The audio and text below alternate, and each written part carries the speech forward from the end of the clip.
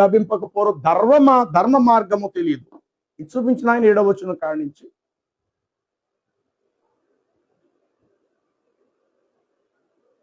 అక్కడ ఏం రాయబడినది?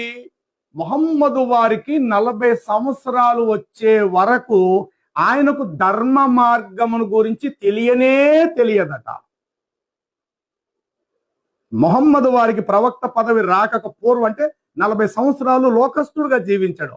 ఆ టైంలో అసలు అల్లాయే దొరకలేదు, అల్లా ఎవరో కూడా మొహమ్మద్కి తెలియదు, అల్లాకి ప్రార్థనే చేశాడు అన్నట్టుగా కూడా అక్కడ లేదు. చాలు, నన్ను ఎలాగిచ్చేయండి, ఎలాగి నేను దీన్ని చదివి వినిపిస్తాను. చూడండి, ఇక్కడ ఏమని రాయబడింది? రసూలు వారికి 40 సంవత్సరాల వయసు వచ్చే వరకు ధర్మ మార్గమును గురించి తెలియకుండెను. అంటే 40 సంవత్సరాలకు పూర్వము మహమ్మదుకు దైవ మార్గమే తెలియదు అన్నప్పుడు అసలు అతడు నమాజ్ ఎలా చేస్తాడండి? ఎవరికి చేస్తుంటాడు ఈయన ప్రార్థనలప్పుడు? అంతకుముందు ఎవరికి చేసాడు ఈయన? 40 సంవత్సరాల వయసు వచ్చే వరకు కూడా మొహమ్మదు వారికి ధర్మ మార్గం అంటే ఇస్లామే కదా. ధర్మ మార్గం అంటే ఇస్లామే కదా మీ దృష్టిలో. మరి ఆ ధర్మ మార్గం అనబడిన ఇస్లాం యొక్క మీరు అనుకుని ఆ రుజువు మార్గం 40 సంవత్సరాల మొహమ్మదు వారికి వయసు వచ్చిన తర్వాత తెలియపరచబడింది. మరి అంతకు ముందు 40 సంవత్సరాలకు ముందు అతడు ఎవరికి దండం పెట్టుంటాడు? ఇది మీరే ఆలోచించుకోవాలి. కానీ సహోదరుడు ఏం చెప్పాడంటే, అంతగా నేను ప్రవక్త పదవి రాకక పూర్వము ఎక్కువగా నేను దేవుడికి ప్రార్థన చేయలేదని. అరే, ఎక్కువగా కాదురా బాబు, అసలు అలాగే ప్రార్థన చేయలేదు. ఎక్కువగా చేయటం తక్కువ చేయటం పక్కన పెడదాం. నీ ఖురాన్ ప్రకారం 40 సంవత్సరాలు మీ మొహమ్మద్కి రాకక పూర్వం అసలు దైవ మార్గము గురించే తెలియదని నీ ఖురాను సాక్ష్యం ఇచ్చింది. అంటే ఖురాన్ కంటే నీకు ఎక్కువ తెలుసా? 40 సంవత్సరాలు మునుపు ఆయన సామాన్య మానవుడు, ఆయనకి ఏమీ తెలియదు. మరి ఏ రాయిని దండం పెట్టాడో, ఎవరికి పూజ చేశాడో? హిందువులు చాలా మంది అంటారు, మక్కాలో మా శివలింగం ఉందని. మరి ఆ శివలింగానికే దండం పెట్టాడా? ఇంక దేనికి దండం పెట్టాడో తెలియదు. కానీ నీ ఖురాన్ ఇస్తున్న సాక్ష్యం ప్రకారము, ఇది నా గ్రంథం కాదే, మీ ఖురాన్. ఇది మీ ఖురాన్. ఎస్, ఇది మీ ఖురాన్ మజీద్. ఈ ఖురాన్ మజీద్ లో చెప్పబడిన మాట ఏమిటంటే, ప్రవక్త పదవి లభింపక పూర్వము అనగా 40 సంవత్సరాలకు పూర్వము ఆయనకు ధర్మ మార్గమే తెలియకుండెను. మరి ధర్మ మార్గమే తెలియలేనప్పుడు ఆ ధర్మ మార్గానికి మూలం అల్లా అన్న సంగతి మొహమ్మద్కి ఎట్లా తెలుస్తుంది? 40 సంవత్సరాలు దాటిన తెలిసింది అల్లా అనేవారు ఒక ఆయన దేవుడు ఉన్నాడని, అల్లా ఒక్కడే దేవుడని ఏదో మొహమ్మద్ తెలుసుకున్నారు. అప్పటి నుంచి నమాజు చేయటం వాడికిలోకి ఏదో వచ్చింది. మరి అంతకమునుపు మొహమ్మద్కి పూర్వము ధర్మ మార్గమే మొహమ్మద్కి తెలియనప్పుడు మొహమ్మద్ కొంచెం ప్రార్థన చేయడం కాదు, అసలు ప్రార్థనలే చేయలా. ఇది సహోదరుడు జ్ఞానంగా తెలుసుకోవాలి. కానీ ఏమన్నాడంటే ఆ 94వ అధ్యాయం ఏంటంటే, ఆ హృదయానికి సంబంధించిన విషయాలు, పశ్చాత్తాపానికి సంబంధించిన విషయాలు ఏమిటంటే, పూర్వం మా ప్రవక్త పదవి రాక మునుపు నేను అంతగా ప్రార్థన చేయలేకపోయినా, చాలా తక్కువ చేశాను, అందుకు ఇప్పుడు నేను చాలా బాధపడుతున్నాను అని ఆ 94వ అధ్యాయం యొక్క అర్థము అని చెప్పి దాటిపోయాడు. ఆ మాట దాటుకుంటూ వెళ్ళిపోయాడు సహోదరుడు. అరే నానా, 40 సంవత్సరాలకు మొహమ్మద్కి వయసుకు రాకపోవడం అసలు అల్లాంటి ఎవరో తెలియదు, మొహమ్మద్కి తెలియదు. అసలు ఆయన జీవితంలో అల్లాకు నమస్కారం చేసినట్టే తెలియదు. నీ ఖురాన్ ఇస్తుంది సాక్ష్యం. 40 సంవత్సరాల వయసు వచ్చే వరకు మహమ్మద్కు రుజువు మార్గం తెలియదు అంటే అల్లా ఒక్కడే అన్న సంగతి, అల్లా దేవుడు అన్న సంగతి మహమ్మద్కే తెలియదు.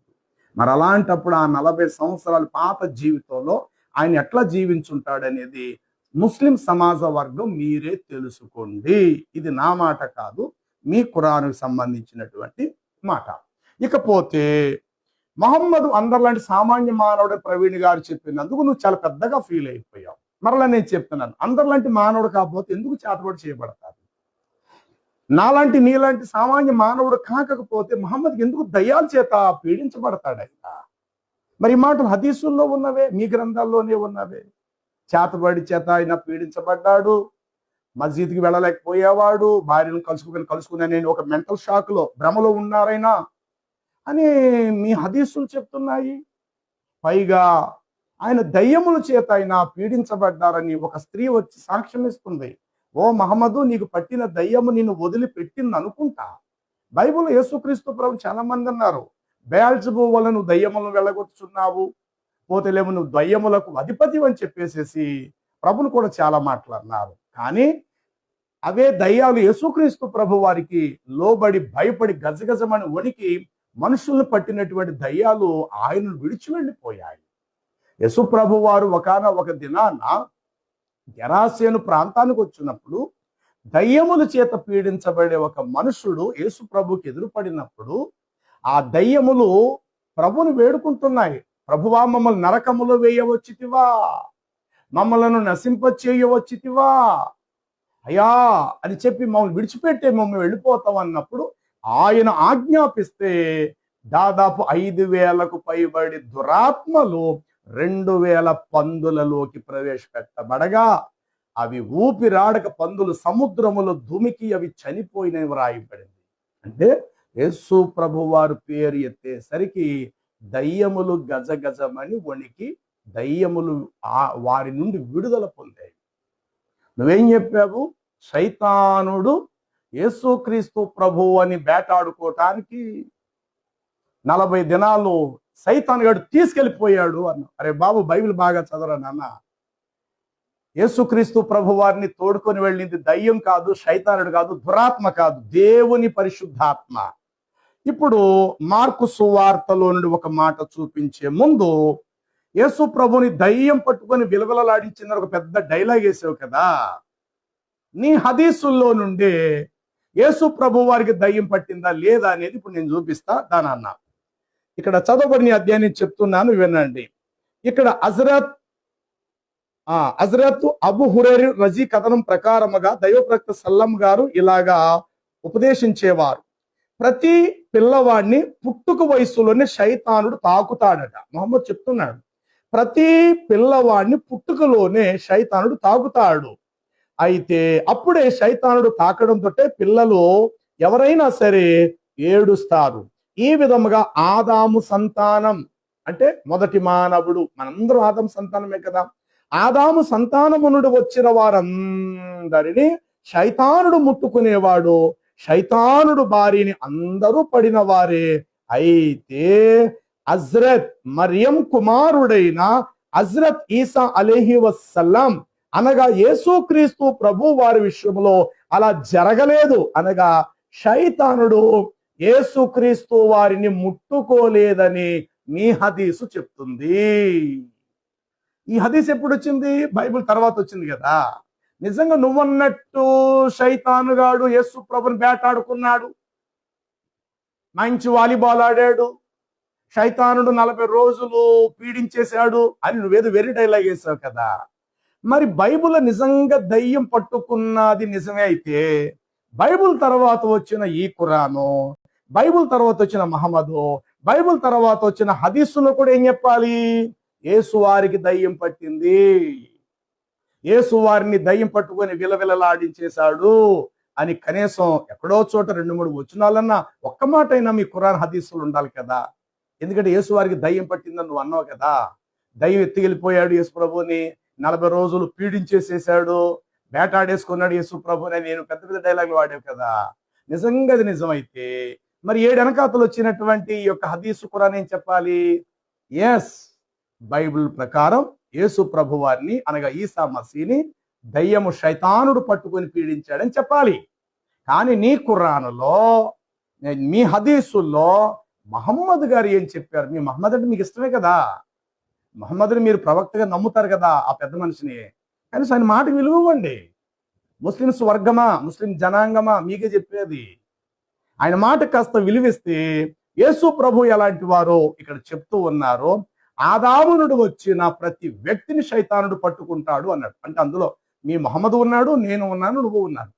మరి అదే ఆదాములో నుండి వచ్చినటువంటి మరియా, యేసు ప్రభు జన్మనిచ్చిన తల్లి అయిన మరియా, రెండవది యేసుక్రీస్తు ఆమె గర్భాన పుట్టారే, ఈయనను శైతానుడు ఏమాత్రం ముట్టుకోలేదని మీ మహమ్మద్ వారు సాక్ష్యం ఇస్తున్నారు. ఇప్పుడు చదువురా, ఇది చూపించు బాబు.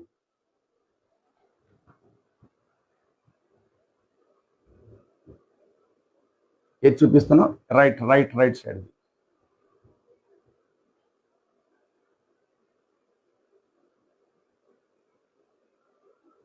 ఏమని రాయబడింది అక్కడ? ఆదాం సంతానము వారందరినీ కూడా శైతానుడు పుట్టుకతోటే వారిని ముట్టుకుంటాడు. అప్పుడే పిల్లలు ఏడవటం ప్రారంభిస్తారట. అంటే శైతానుడు ముట్టడంతో పిల్లలందరూ కూడా ఏడుస్తారట. ప్రతి పిల్లవాడిని పుట్టుక సభ్యులు శైతానుడు తాకుతాడు. శైతానుడు తాకిన పిల్లలందరూ ఆదాము సంతానములోని సంతానమే శైతాను తాకటం వలనే పిల్లలు పుట్టుకతోటే ఏడుస్తారు. అయితే హజ్రత్ మరియం కుమారుడైన ఈసా ప్రవక్త గారు అలైహి వసలాం గారి విషయంలో మాత్రం అలాగూ జరగలేదు. అంటే నీ మొహమ్మద్ బోధ ప్రకారం నువ్వు చాలా పెద్ద మాట్లాడేసావు. 40 దినాలు శైతాన్ గాడు యేసు వారిని తీసుకెళ్ళిపోయి వేటాడేసుకున్నాడని చాలా పెద్ద డైలాగ్ ఆడారా బాబు. ఒళ్ళు దగ్గర పెట్టుకుని కాస్త నీ గ్రంథాలు కూడా కాస్త పఠించు, జ్ఞానం తెచ్చుకో. అంత పెద్ద ఆయన ప్రవీణ్ గారు చెప్పిన మాటకి ఏదో పెద్ద వంకలు కడదని ప్రయత్నం చేసావు. అలా మాట్లాడేటప్పుడు కాస్త నువ్వు ఒళ్ళు దగ్గర పెట్టుకొని కాస్త గ్రంథాలను పరిశోధన చేస్తే బాగుంటుంది.